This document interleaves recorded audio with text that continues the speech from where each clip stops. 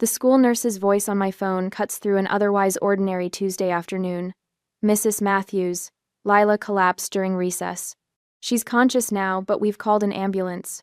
My design samples scatter across the conference room table as I bolt upright, the phone pressed so hard against my ear it hurts. I hear myself speaking, promising to meet them at Portland Memorial, but my mind is already racing ahead to my daughter. The hospital emergency room pulses with fluorescent urgency.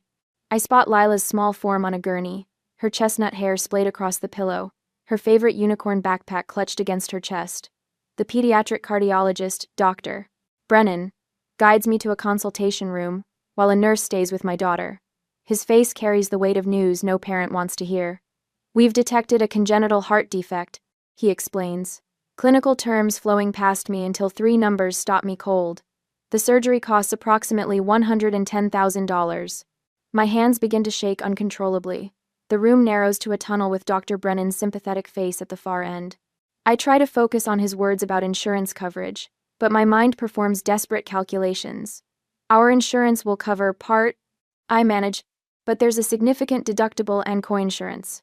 How significant? Dr. Brennan asks. $42,000. The number falls between us like a stone. The life insurance money, Daniel's final gift to us.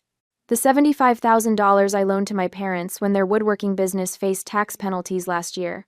The money that was meant for Lila's future. I hear Daniel's voice, clear as the day before his construction site accident. We sat at our kitchen table, signing insurance paperwork, while 7-month-old Lila slept in her swing nearby. "This money is for Lila's future," he had insisted. "Promise me you'll protect it." I had promised. Now I'm mentally tabulating everything I own. The business account has $4,000 in emergency funds. My personal savings holds another $3,500. The home equity might provide $15,000 if the bank approves quickly enough. Even selling my car would only add another $8,000. The math is merciless. I'm $68,000 short. My hands won't stop trembling. Later that evening, I sit beside Lila's hospital bed, watching the gentle rise and fall of her chest. The room is quiet except for the rhythmic beeping of monitors. Her small hand rests in mine, warm and trusting. My baby doesn't know that her heart needs fixing, that her life depends on money I don't have. 8 months ago, I stood in my parents' living room, my signature still wet on the transfer papers. Dad had been desperate, explaining how the IRS penalties would destroy the business my grandfather had founded. "It's temporary," Mom had promised, her voice honey-sweet. "We'll pay it back within a year, with interest." I pull out my phone, scrolling past recent texts from clients to find my parents' number. The call goes straight to voicemail. I try again, and again. "Mom, Dad, it's Candace. Lila's in the hospital. She needs heart surgery. I need to talk to you about the loan. Please call me back immediately." My voice breaks on the final words. This is the 4th time I've called since Lila was admitted. Each unanswered ring deepens the cold dread spreading through me. 2 weeks ago, at Sunday dinner, Mom had casually mentioned that generous gift you gave us while showing off new dining room furniture. When I corrected her, "You mean the loan," she'd laughed and patted my hand dismissively. Dad had changed the subject, pouring more wine, asking about my latest design project. I stare at Lila's sleeping face, her long eyelashes casting shadows on her cheeks. A terrible clarity cuts through my emotions like a knife. I need to confront them in person. The following evening, I drive to my parents' colonial-style home in Portland Heights. The windows glow warm against the darkening sky, and several luxury cars line the circular driveway. I've forgotten about Brandon's engagement dinner. I pause at the dining room entrance, taking in the scene. My brother Brandon sits beside his fiancée Lauren at the head of the table. My father Harold stands, raising a crystal glass in toast. Mother beams at Brandon, her pearl necklace catching the chandelier light. "Excuse me," I say, my voice steadier than I feel. "I'm sorry to interrupt." All heads turn. Surprise flickers across my mother's perfectly made-up face before she composes herself into a smile. "Candace, darling, what an unexpected pleasure. I need to speak with you and Dad. It's urgent." "Whatever you need to say can be said here," my father announces, waving his hand magnanimously. "We're family." I take a deep breath, stepping fully into the room.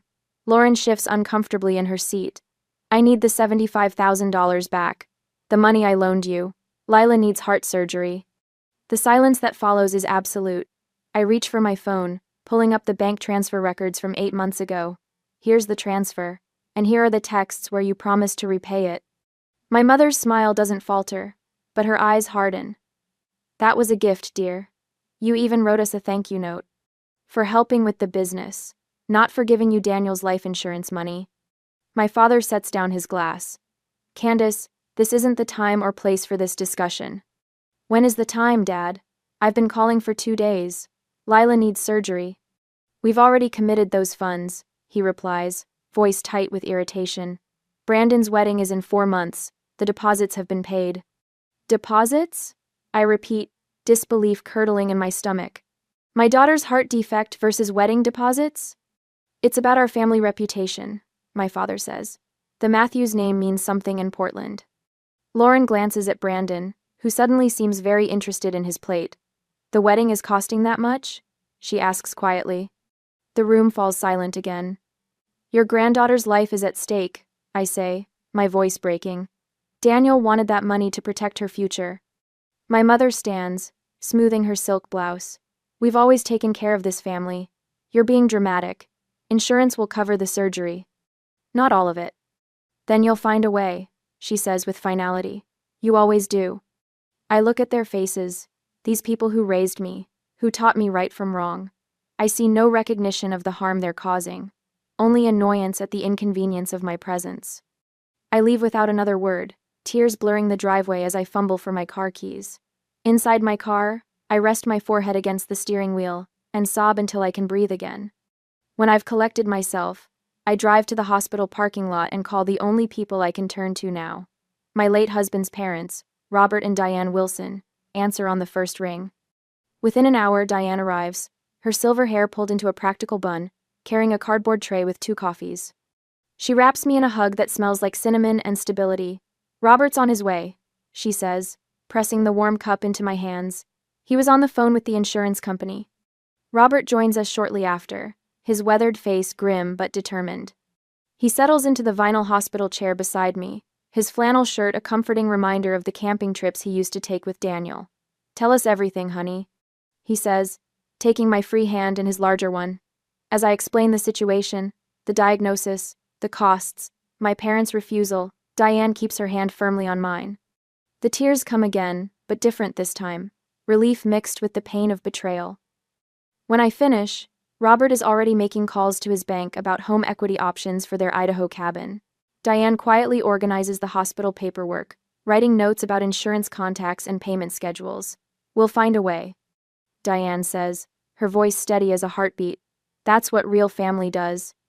In that sterile hospital room, watching these 2 people leap into action for a granddaughter who shares none of their blood, I realize I do have a family, just not the one I was born into.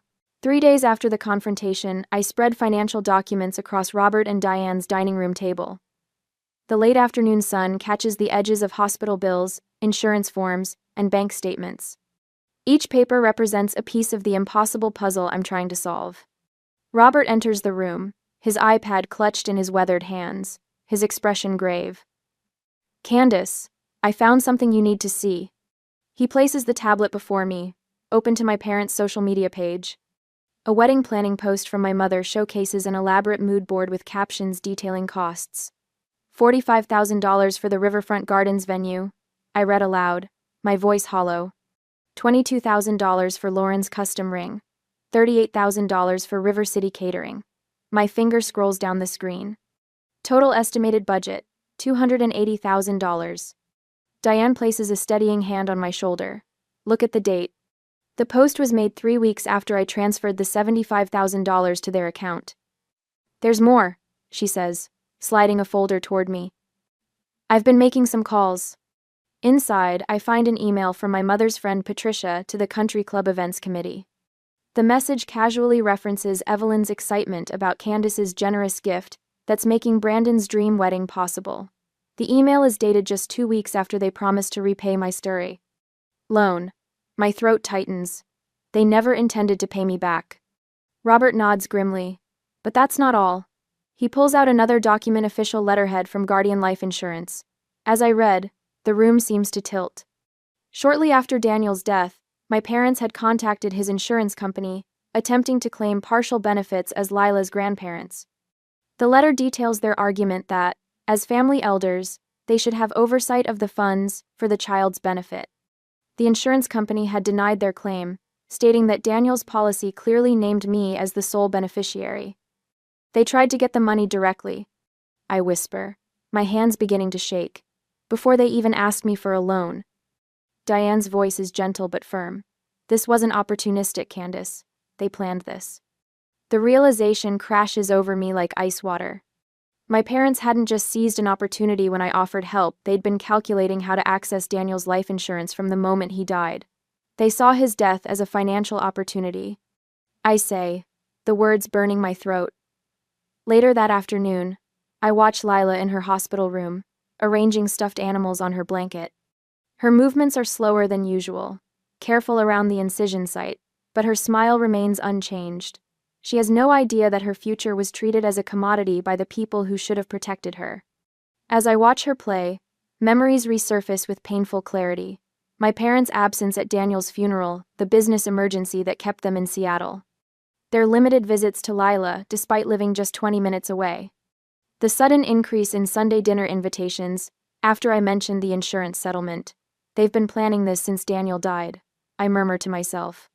I recall other financial requests throughout my marriage, small loans that were never repaid, business ventures they wanted Daniel to invest in.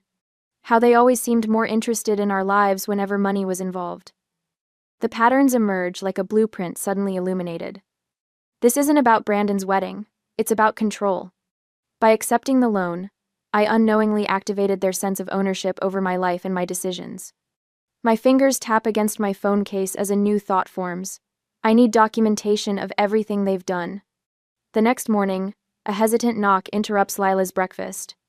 Martha Wells, my mother's oldest friend and fellow garden club member, stands awkwardly in the doorway. I shouldn't be here, she says, twisting her pearl bracelet nervously. But I couldn't sleep last night thinking about that sweet girl. Martha perches on the edge of the visitor's chair, her gaze fixed on Lila before shifting to me. I overheard something at the country club yesterday. Harold was in the card room with James Porter. She lowers her voice. He owes money, Candace. A lot of money. Canushin. Dad has gambling debts? Martha nods. James mentioned at least $120,000 to various creditors. And your mother. She hesitates. The women in the club have noticed. The constant new outfits, the jewelry. Evelyn has 8 different designer handbags that she's purchased just this year. My mind races, connecting more dots. Their company isn't doing well, is it? It's been failing for years, Martha confirms. They've maintained appearances through loans and creative accounting. What people don't realize is how precarious their situation really is. She leans forward. They're terrified of bankruptcy more than anything, Candace. Their entire identity is wrapped up in their social standing. I think of my father's dismissive words at the engagement dinner. The Matthews name means something in Portland. James told his wife that Harold said they would do whatever necessary to maintain their position in the community. Martha's eyes fill with tears. I've known your parents for 30 years. They aren't monsters, but they're desperate, and desperation makes people dangerous. After Martha leaves, I sit with this new understanding. My parents aren't cartoon villains twirling mustaches and plotting evil. They're status-obsessed people making devastating choices out of terror. Their fear of social humiliation outweighs even their granddaughter's life. Somehow, this makes their betrayal even worse. That afternoon, the door to Lila's room swings open to reveal Jessica, my lead designer, carrying an insulated bag that smells of Italian food. Behind her, Marcus wheels in a small cart with my laptop and several folders. The Morrison project is under control, Jessica announces, unpacking containers of pasta. I rescheduled the Benjamin consultation to next month, and the Hawthorne presentation got rave reviews. Marcus sets up my laptop. I brought the quarterly financials you asked for. He hands me a folder with our company logo. You've built something solid here, Candace. Even with the medical expenses, the foundation is strong. As they efficiently transform the hospital room into a functional workspace, Robert calls with news. The second mortgage on the cabin is approved. We can transfer $40,000 tomorrow. Diane arrives an hour later, folders tucked under her arm. I've spoken with the hospital financial department. They offer a payment plan for the remaining balance, and there's a foundation that might help with ongoing care costs. I look around the room at Robert and Diane, who mortgaged their retirement cabin, at my team, who've seamlessly kept the business running, at the hospital staff who've worked to find financial options. None of them are obligated to help, yet all have stepped forward without hesitation. The contrast with my parents' behavior couldn't be starker. These relationships are built on respect and genuine care, not obligation or appearances. Lila will get her surgery, I say quietly, certainty replacing the panic of 3 days ago, with or without them. For the first time since the school nurse's call, I feel something stronger than fear or hurt. A quiet, focused determination settles over me like armor. The battle for Lila's future has just begun. 3 days later, the hospital cafeteria feels less sterile than the rest of Portland Memorial, though not by much. I nurse a lukewarm coffee while Mrs. Peterson, a hospital administrator with gray-streaked hair and reading glasses perched on her nose, reviews my financial aid application. "Mrs. Matthews," she says, pushing a form across the table. "Lila qualifies for the Children's Heart Foundation grant. They'll cover 30% of the surgical costs." My hand trembles slightly as I reach for the document. 30%? Mrs. Peterson nods, her expression softening. "Additionally, your business qualifies under our Small Business Owner Hardship Program. With the contributions from your in-laws and our new hospital charity match, we're looking at a remaining gap of approximately $20,000. $20,000. The number floats before me, so much smaller than the mountain of debt that had threatened to crush us just days ago. I blink rapidly, afraid to believe it. "Are you certain?" I ask, scanning the columns of numbers. I double-checked everything myself. Mrs. Peterson's smile reaches her eyes. Lila's case is exactly what these programs were designed for. Robert and Diane had mortgaged their cabin. The hospital found grant money. Somehow, impossibly, we've carved the impossible number down to something almost manageable. My phone vibrates against the table. A social media notification lights up the screen. My parents have posted something. Normally, I'd ignore it, but something compels me to look. My breath catches as I open the notification. It's a close-up of Lauren's hand, her fingers splayed to showcase an elaborate diamond ring. The caption reads, "Continuing the Matthews family legacy. Grandmother's diamonds find a new home." I stare at the image, recognition blooming. The distinctive arrangement of stones, a central oval diamond, surrounded by smaller round brilliants, unmistakable even in this digital format. "Those are my grandmother's diamonds," I whisper to myself. "They promised them to me in their will." Mrs. Peterson glances up. "I'm sorry?" "Nothing," I say, but my mind races. My parents had shown me the will years ago, pointing out specific family heirlooms earmarked for me. The ring had been explicitly mentioned, a promise of family continuity they apparently found easy to break. I study the photo again, seeing it differently now. Not just diamonds, but leverage. Physical evidence of broken promises. Something clicks into place as I realize my parents have given me a window into their weakness. I murmur, a sudden clarity washing over me. "Mrs. Matthews?" "Mrs. Peterson looks concerned. "I've just figured out how to get the remaining 20,000, I say, straightening in my chair. The following afternoon, I pull into the Portland Heights Country Club parking lot, my heart hammering against my ribs. Diane sits beside me, her presence a steady anchor. "You don't have to do this," she says quietly. I check my lipstick in the rearview mirror. Yes, I do. The weekly charity luncheon bustles with Portland's elite. Crystal glasses catch the light, conversations hum beneath classical music, and waiters navigate between tables with practiced grace. I spot my parents immediately: Harold in his tailored navy suit, Evelyn in a pale pink dress that probably cost more than my monthly mortgage payment. They're hosting a table of business associates, my father's laugh carrying across the room. "Ready?" Diane asks. I nod, clutching a leather folder containing Lila's medical documents and foundation paperwork. We approach the table with measured steps.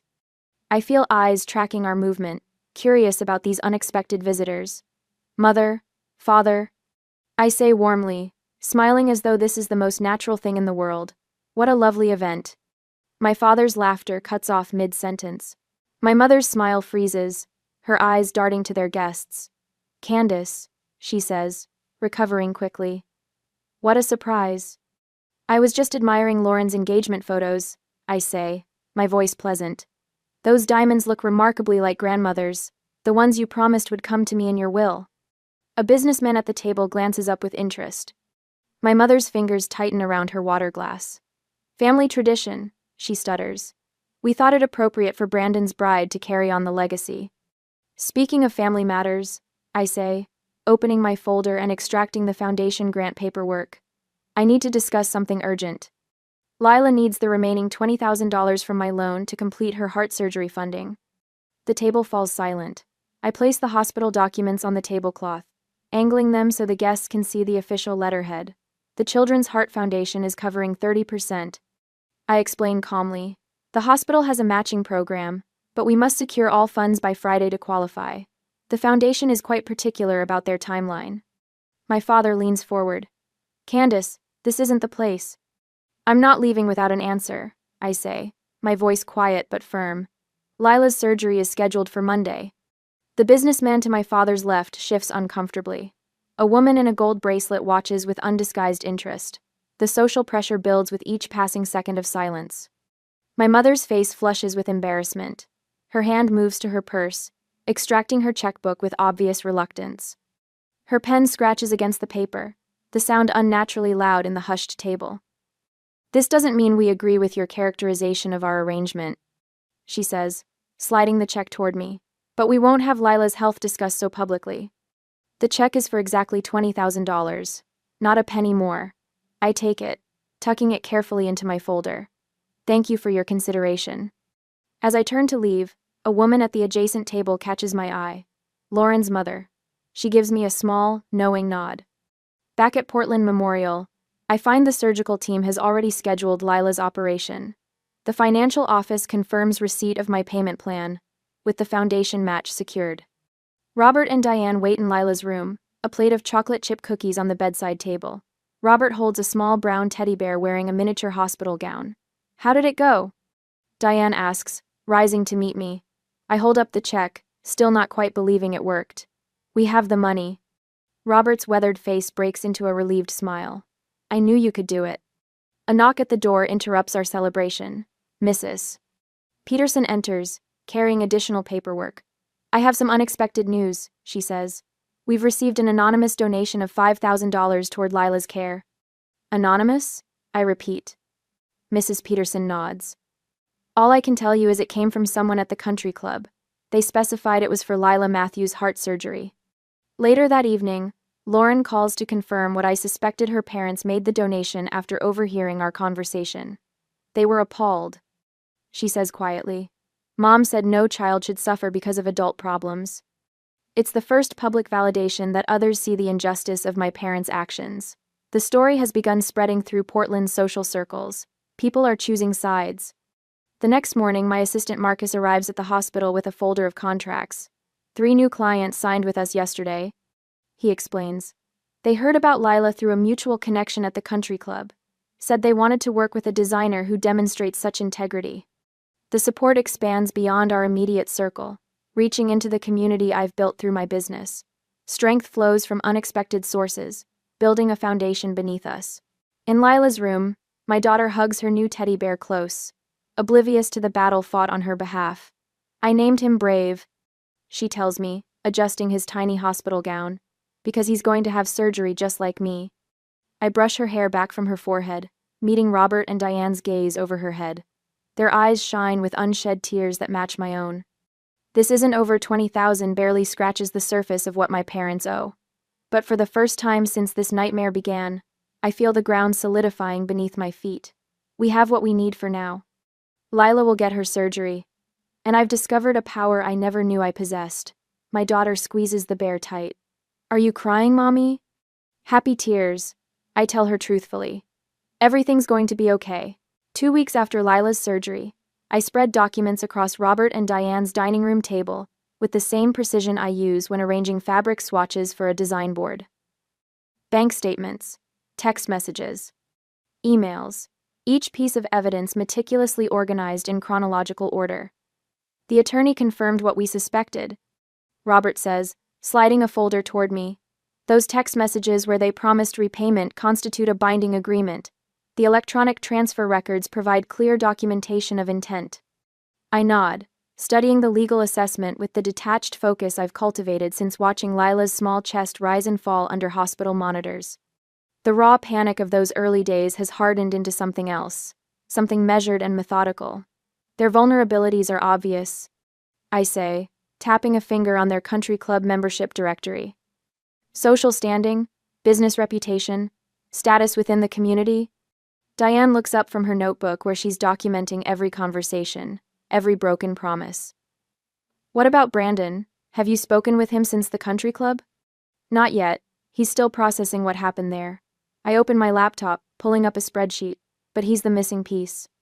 They've manipulated him his entire life, but he deserves to know where his wedding money is coming from. My interior design instincts guide my approach. In a successful design, every element must serve the overall vision. Nothing wasted, nothing without purpose. The same principles apply here. Every piece of evidence, every relationship, every timing decision must align toward a single goal. There's something else, I say, pulling up an email from a potential client. The Waterfront Hotel Group wants to hire us for their Portland location renovation. It's a $500,000 contract. Robert whistles. That would put your company on the map. Exactly. They need a firm with proven stability and a solid portfolio. I close the laptop, a decision crystallizing. I'm focusing on business growth before confronting my parents again. The stronger my company becomes, the less power they have over my future. I unfold my parents' social calendar obtained through my father's assistant, who's sympathetic to my situation. The Regional Business Award ceremony is in 3 weeks.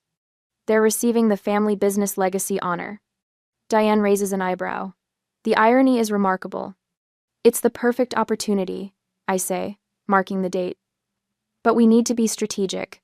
No more emotional reactions. That's what they expect from me. The woman who stood shaking in that hospital consultation room no longer exists.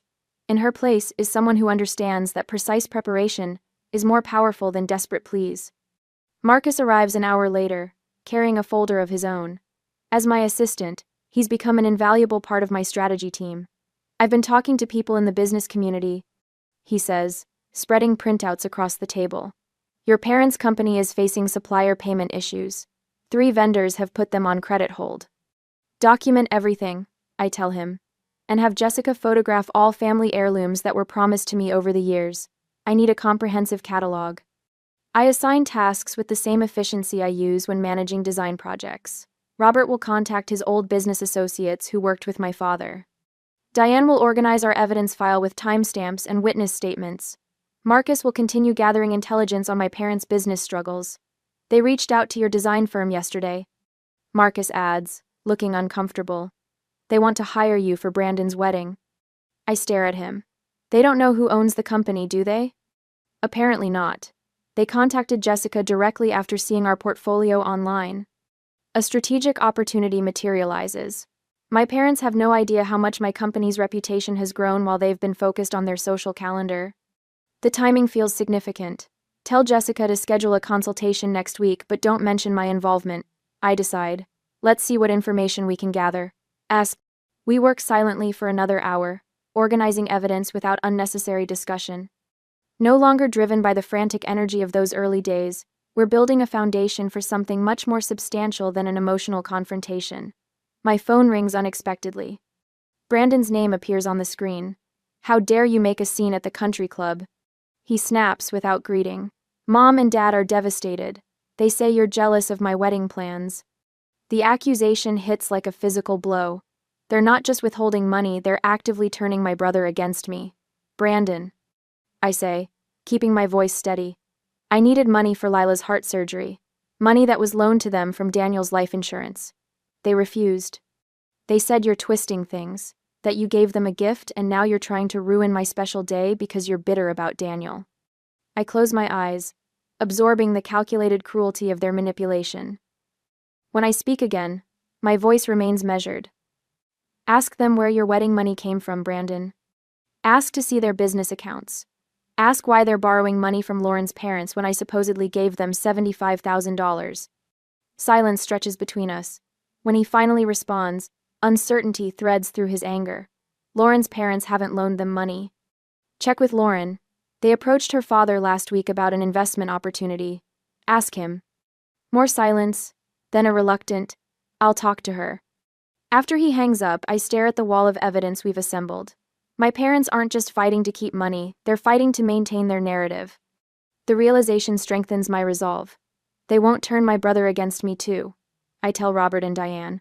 Not when I'm finally seeing them clearly. 1 month after Lila's surgery, I stand at my office window watching the Portland rain. The glass reflects my face sharper now, less willing to bend. My daughter returned to school last week, her small heart mended while mine has grown a protective shell. Candace?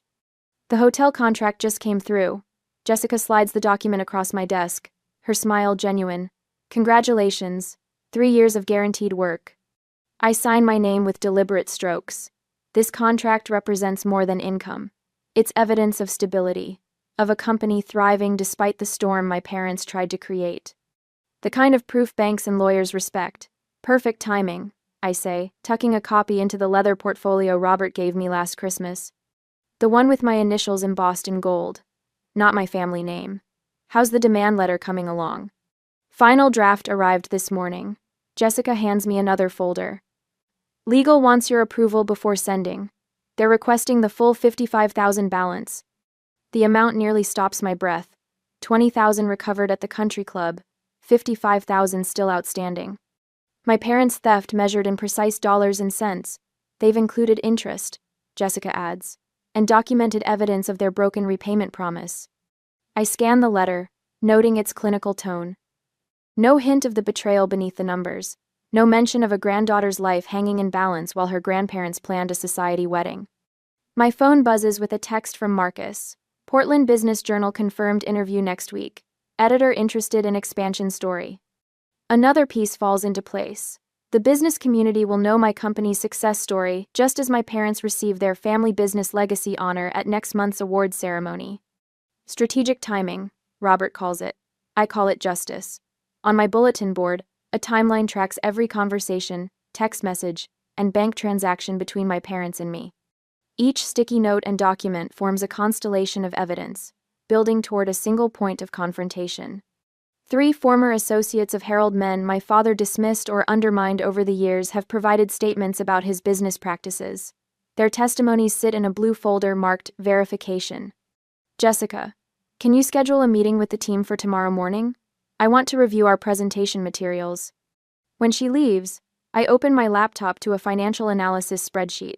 The document traces a direct line from my $75,000 loan to vendor deposits for Brandon's wedding.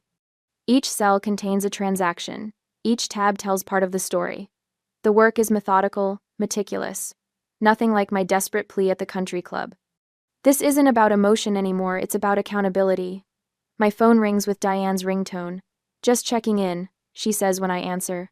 How's our girl today? She has show and tell tomorrow, taking her butterfly collection. The normalcy in my voice surprises even me. How's Robert's back? Better after physical therapy. He mentioned running into Thomas Blackwood at the hardware store. I straighten. Thomas Blackwood, chairman of the Regional Business Awards Committee. What did he say? Apparently your parents have been leveraging their upcoming award for a bank loan, using the family name to secure financing. My free hand closes into a fist. This isn't just about me anymore. My parents are expanding their pattern, using one falsehood to build another. Robert told him about your company's hotel contract, Diane continues. Said Thomas seemed impressed. Another connection established, another foundation stone laid. I thank Diane and end the call, turning back to my timeline wall. My reflection in the window looks older, more resolute. The woman who once begged for what was rightfully hers now leads a careful campaign of truth. The innocent who loaned money to desperate parents has become the strategist they never imagined she could be. My phone buzzes again, an alert about a client meeting. As I gather my materials, Jessica appears in the doorway, her expression unusually grave. 2 clients called asking for urgent meetings. They're concerned about whether we can fulfill our contracts. The chill that runs through me has nothing to do with the air conditioning. Which clients? The Riverside renovation and the Pearson office building. She hesitates. Both mentioned concerns about our financial stability. Understanding clicks into place. My parents called them. Jessica nods. The Pearsons said specifically that Harold Matthews reached out with concerns about family business matters affecting your company. The attack isn't just personal anymore, they're going after my livelihood, my employees' security, my ability to care for Lila. The stakes have shifted beyond money to my professional reputation, the foundation I've built from grief and determination. Schedule those meetings for tomorrow. Prepare complete financial statements showing our growth trajectory, and pull the portfolios for both projects. I want to show them exactly where we stand. As Jessica leaves, my phone lights up with a text from Robert. Lauren's father called. Your parents approached him about investing in their business through the wedding connection. They're using the engagement to solicit funds. My stomach tightens. They're not just trying to keep what they stole, they're actively using the situation to gather more money. Lauren's wealthy family now targets in their scheme. I close my eyes, breathing deeply. The methodical approach I've maintained for weeks feels suddenly inadequate. Waiting until the awards ceremony might be too late. Every day gives them more opportunity to cause harm. Diane's words from yesterday echo in my mind. Sometimes the kindest thing is difficult truth. I call my lawyer. I need to accelerate our timeline. They're attacking my business directly and soliciting investments from Lauren's family. We can issue the demand letter tomorrow, he replies. But the public approach at the ceremony gives you maximum leverage. Can we do both? I ask, a new determination hardening my voice. I'm done playing defense. After we disconnect, I stand again at the window. The rain has stopped, leaving the city gleaming under breaking clouds. Sometimes the storm isn't thunder and lightning, but the quiet, determined pressure of water, finding every weakness, revealing every crack. My parents thought they were facing a desperate daughter. Instead, they've created their own worst enemy, a mother protecting her child's future, a businesswoman defending her life's work, a woman who finally sees the truth without flinching. Tomorrow, the water rises. The next day, the legal threat letter trembles in my hand, its official letterhead carrying the weight of my parents' latest attack. Attorney Gregory Simmons, Esquire, demands I cease all defamatory statements regarding Matthew's fine woodworking and issue a public retraction of my false claims immediately. The letter lands on my kitchen counter with a soft thud that belies its devastating potential. My phone rings. It's Warren Hastings, our biggest client, his voice strained. Candace, I received a concerning call from your father this morning. He mentioned your company might be facing financial difficulties. My stomach clenches.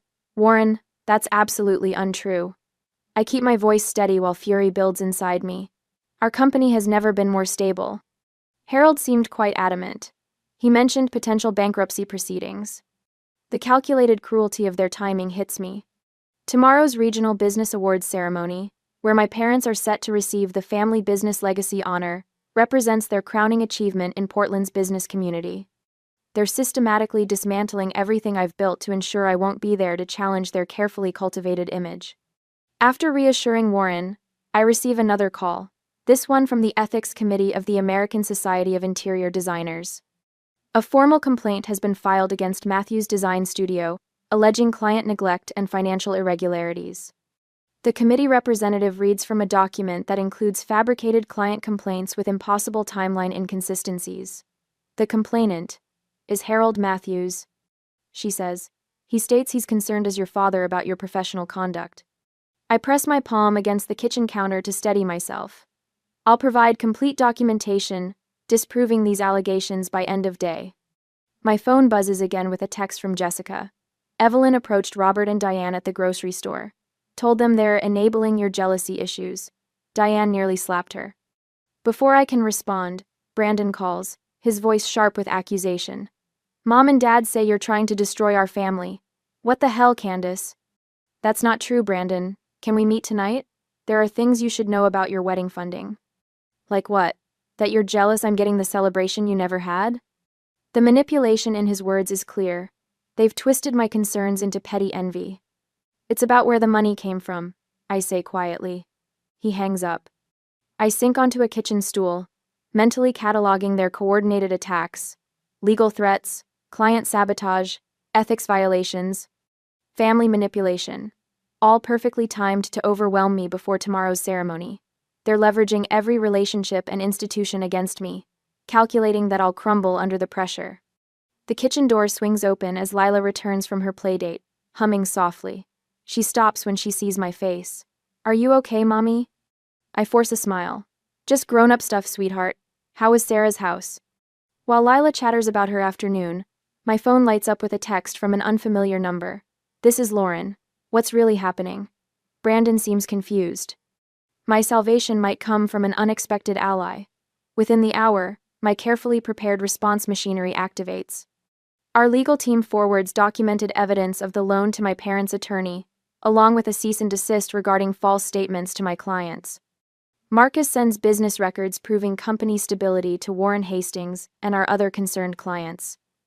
Jessica compiles a comprehensive timeline, demonstrating my parents' pattern of behavior for Lauren.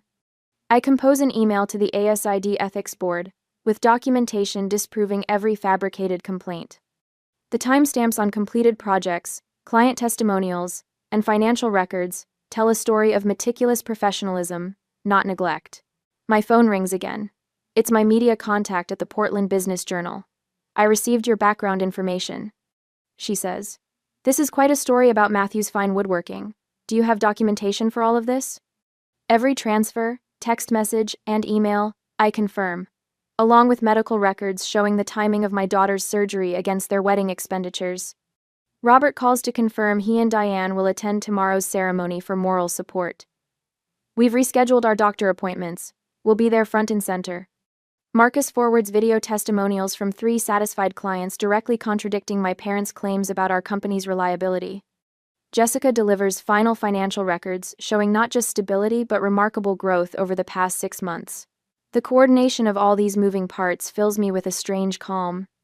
What began as desperate pleas for help has evolved into a methodical campaign for truth. No longer am I begging for what's rightfully mine. I'm demanding accountability with evidence that can't be dismissed. My doorbell rings at 8:17 p.m. Brandon stands on my porch, shoulders hunched, his expression a mixture of anger and confusion. Lauren showed me the timeline, he says, stepping inside. I don't believe it. I lead him to the dining room, where folders of evidence lie spread across the table. See for yourself. For the next hour, Brandon sifts through bank transfers, text messages, and medical bills. His initial denial transforms into anger, then crumbles into devastation. They told me you were jealous, he whispers, that you've always resented my success. I've never been jealous of you, Brandon. I just needed the money I loaned them to save Lila's life. He picks up Lauren's engagement ring, studying the diamonds. These were supposed to be yours? Grandma's diamonds. Dad promised them to me in his will. Did you know they borrowed $150,000 from Lauren's parents for the wedding? Brandon's voice cracks. Her father thinks he's investing in Dad's business expansion. The final piece clicks into place. My parents aren't just refusing to repay my loan. They're actively soliciting new funds based on the reputation they're about to receive at tomorrow's ceremony. Brandon examines the ring again, twisting it under my dining room light. Lauren's parents are considering legal action if they don't get answers about their investment. The stakes have reached their maximum height. Family relationships, business reputation, and legal consequences all converging at tomorrow's ceremony. This isn't your fault, I tell him, reaching across the table to squeeze his hand. I'm coming tomorrow, Brandon says, slipping the ring into his pocket. I need to hear their explanation face to face. Lauren too? She wants to bring her parents. They deserve answers about their investment. After Brandon leaves, I review the evidence portfolio one final time, arranging documents in presentation order, creating digital copies on a thumb drive to connect to the ceremony's projection system. Every detail meticulously prepared for maximum impact. I place the folder in my briefcase and walk to Lila's bedroom. She sleeps peacefully, unaware of the storm about to break over our family.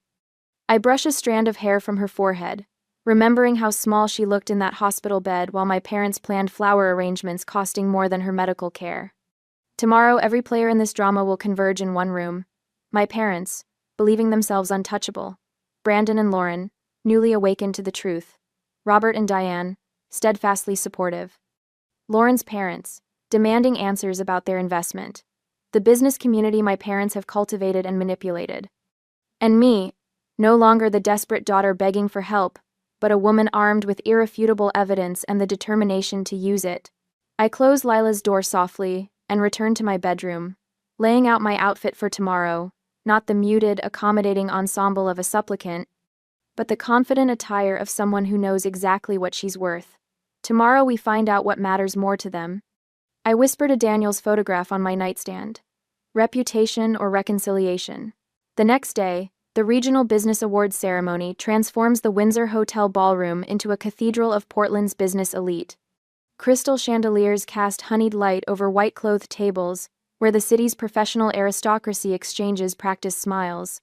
From the entrance, I spot my parents at the front table, my father's silver hair gleaming under the stage lights, my mother's diamond earrings catching fire with each turn of her head. Ready? Robert squeezes my shoulder, his weathered hand steady and warm. I nod, clutching my evidence folder. Behind us stand Diane, Brandon, Lauren, Marcus, and Jessica, my chosen family forming a protective phalanx. Brandon's face is pale but resolute. Just yesterday, he sat in my living room, staring at bank statements, showing how our parents had funded his wedding with money meant for his niece's heart. They told me you were jealous, he'd whispered, voice hollowed by betrayal, that you resented my success.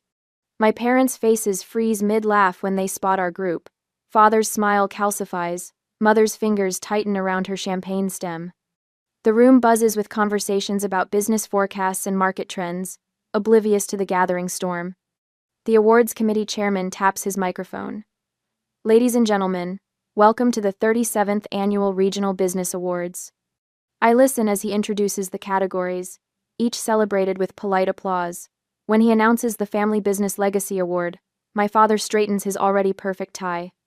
The Matthews family has built Matthews Fine Woodworking from a small workshop into Portland's premier custom furniture studio, the chairman declares. Harold and Evelyn Matthews exemplify generational integrity and family values in business. The audience applauds as my parents glide to the podium. Father adjusts the microphone, his voice confident and controlled. Business success comes from sacrifice and vision. Sometimes difficult choices must be made to preserve a family legacy. Quote, Mother steps forward, her smile practiced to perfection. Nothing matters more than supporting our children, even when they make decisions we find challenging. My stomach twists at their performance, at the adoration in the eyes of people who don't know them. Brandon grips the back of my chair so hard his knuckles whiten. We will now take questions from the audience, the chairman announces, gesturing to the floor microphone. Robert nods at me. I rise, my heels clicking against the hardwood as I approach the microphone. The spotlight finds me, warm against my face. Could you explain? I begin, voice steadier than expected, how my husband's life insurance funded Brandon's wedding? The room falls silent. Father's face hardens, but before he can respond, I pull out my tablet and connect it to the presentation system. For context, I continue. This is a bank transfer of $75,000 from my account to Matthews Fine Woodworking a year ago. The screen behind my parents illuminates with the transaction details. And these are text messages promising repayment within 1 year. I swipe to the next image. This is my 7-year-old daughter Lila in Portland Memorial Hospital a month ago, requiring heart surgery costing $110,000. The medical photograph appears my small daughter connected to monitors, her unicorn backpack beside her bed. And this is my parents' response when I asked for my loan to be repaid to save her life. The audience murmurs as I display screenshots of ignored calls, dismissive texts, and finally the recorded conversation at their home. Meanwhile, I continue, swiping again. These are wedding vendor contracts totaling $280,000, signed within weeks of receiving my loan, including $38,000 for flowers alone. The figures appear in stark detail as Brandon steps forward beside me. I didn't know, he says, voice cracking. I had no idea where the money for my wedding came from. Lauren joins us, slipping the diamond ring from her finger. I can't wear stones meant for my sister-in-law. From the second row, Lauren's father rises. Harold, you solicited an additional investment from me for your business expansion using Brandon's wedding as collateral. Was that money also meant for your granddaughter's medical care? The control in father's face fractures. This is a private family matter being grossly mischaracterized by my emotional daughter. Your emotional daughter, Robert calls from our table, Had to mortgage her in-laws' retirement cabin to pay for your granddaughter's heart surgery. Mother steps forward, her smile now brittle. We've always supported our family. Candace is exaggerating the situation. Insurance covered most of the surgery. $42,000 remained after insurance. I correct. The life insurance money Daniel left specifically to protect Lila's future would have covered it if you had honored your promise to repay the loan. The awards committee chairman whispers urgently with the other members. After a moment, he approaches the microphone. In light of this information, the committee will review the family legacy honor. Father's face pales. This is simply a misunderstanding. Is it?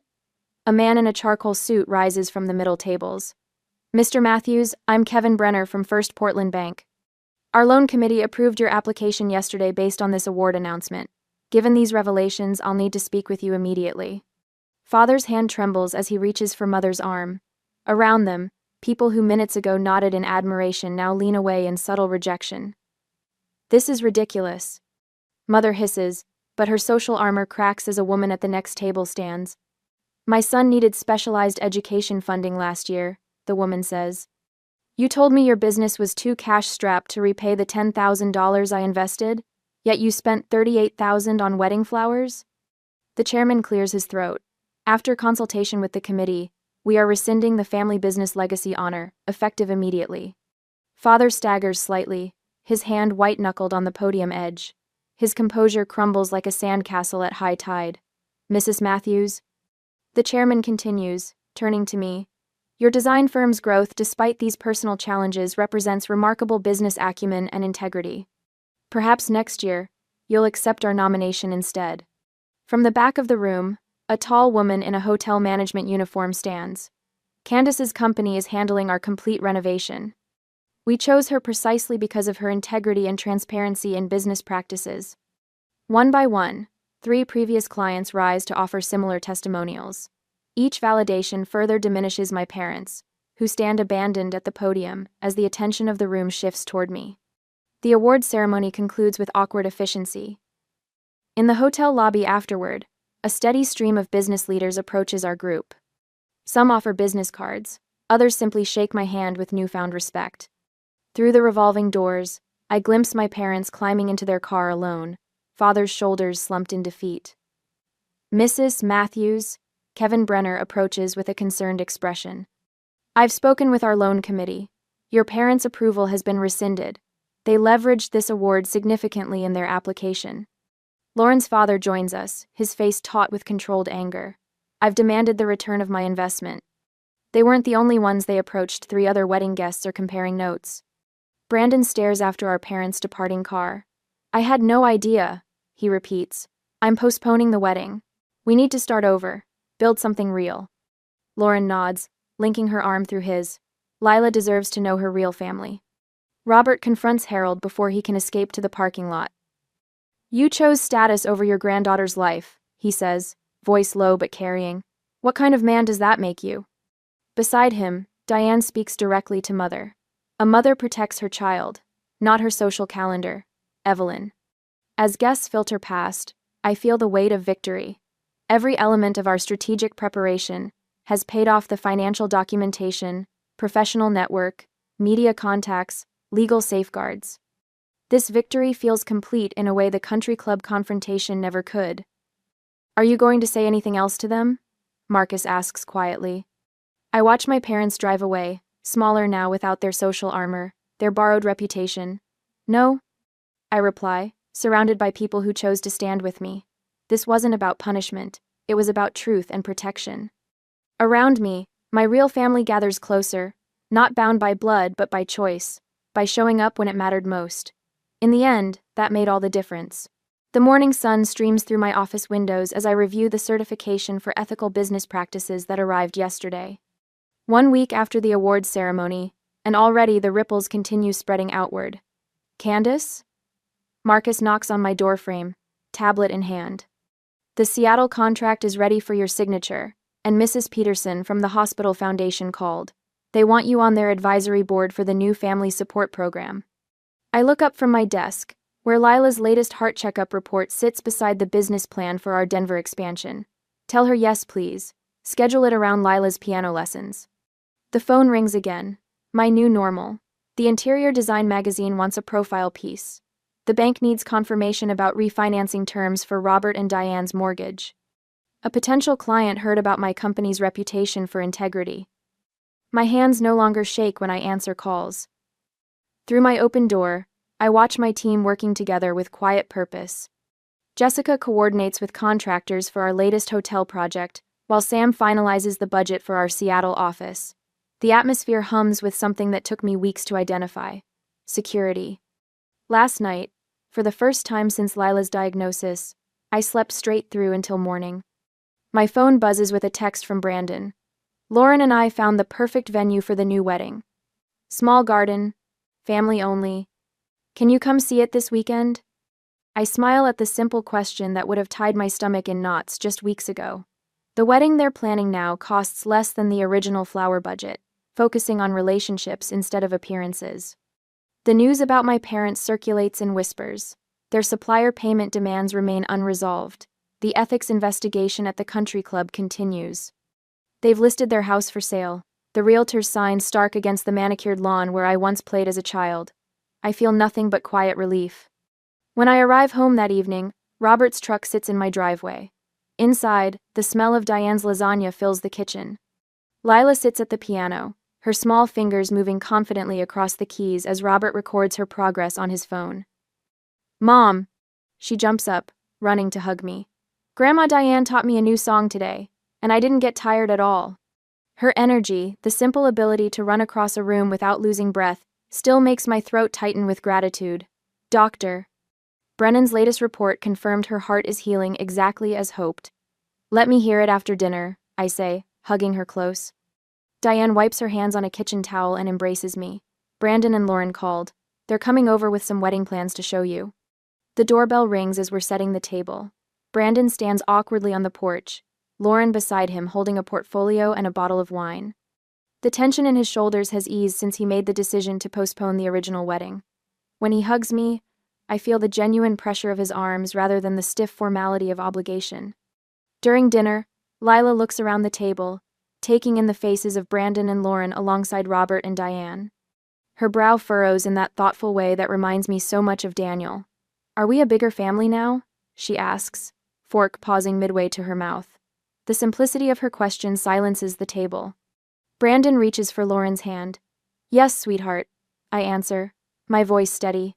We are. 6 months later, I stand on a restaurant balcony overlooking downtown Denver, champagne flute in hand, surveying the small gathering of my expanded team.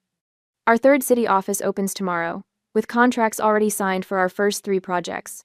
The company that once occupied my dining room now employs 27 people across 3 states. Jessica approaches, tablet displaying our latest financial projections. We have 3 more clients than anticipated this quarter, she reports. And that developer in Seattle wants us for their entire apartment complex. It would mean working through Christmas. I hand the tablet back. Tell them we're available after January 10th. Family time is non-negotiable. A year ago, I would have accepted any project, regardless of timing or pressure. The difference feels like breathing after years underwater. Lila's school calls less frequently now that her stamina has returned to normal. Her latest checkup showed complete recovery, the surgical scar fading to a thin white line beneath her favorite unicorn t-shirt. She plays piano twice weekly, mastering pieces that once exhausted her after a few measures. Robert and Diane sold their Idaho cabin, buying a smaller home 15 minutes from us. They host Sunday dinners, where Brandon and Lauren have become regulars. Lauren teaches Lila watercolor painting every weekend, their heads bent together over paper blooming with color. My former clients have become friends who call just to check in. My business cards now feature a simple tagline I once would have considered risky: integrity in design and relationships.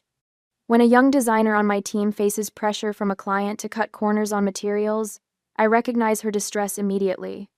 We sit in my office as she describes the ethical dilemma, her voice tightening with the same anxiety I once felt daily. Sometimes the most expensive decision is the one that costs your integrity. I tell her, we'll find another approach that serves everyone. The knowledge feels solid in my bones, earned through fire. 1 year to the day after Lila's surgery, we gather in the backyard of my new home. A stone patio stretches beneath string lights. Tables arranged for the first fundraising dinner of the Daniel Wilson Foundation. 5 families have already received assistance bridging insurance gaps for pediatric heart surgeries. The hospital partnership guarantees expedited care for foundation recipients. My professional network has created a sustainable funding model that will expand to neighboring states next year. The foundation's mission statement hangs framed in my office. Family means showing up when it matters most. Inside, Lila sits at the piano, Robert recording while she plays the complex piece she couldn't finish before her surgery. Her fingers move with confident precision, no longer limited by her healing heart. Brandon stands with his arm around Lauren, whose pregnancy shows beneath her flowing dress. "We want you to be the godmother," Lauren whispers, when Lila finishes playing. Diane arranges photo albums on the coffee table, new pictures alongside memories from before. The empty spaces where my parents should be remain unfilled. They haven't contacted us since the ceremony, their absence a wound slowly turning to scar tissue. I watch my daughter play, surrounded by people who chose to be family rather than those assigned by birth. Some broken promises teach us who we can truly count on. Others show us who we can become when faced with impossible choices. Tonight, we celebrate both.